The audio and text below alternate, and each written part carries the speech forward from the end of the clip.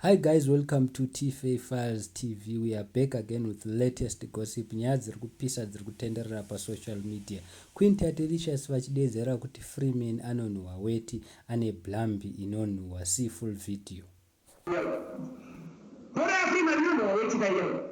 Takanzwa vasikana vanodya mboro anzi Queen mboro inonhuwa weti anonhuwa weti. Freeman ageze kaya. Ageze zvekuti Freeman anonhuwa.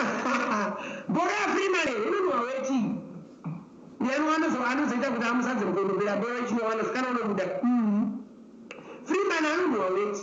Hanzi anotonhuwa weti zvekuda kudya mboro kudai. Hanzi inopfumuka mutindo weti.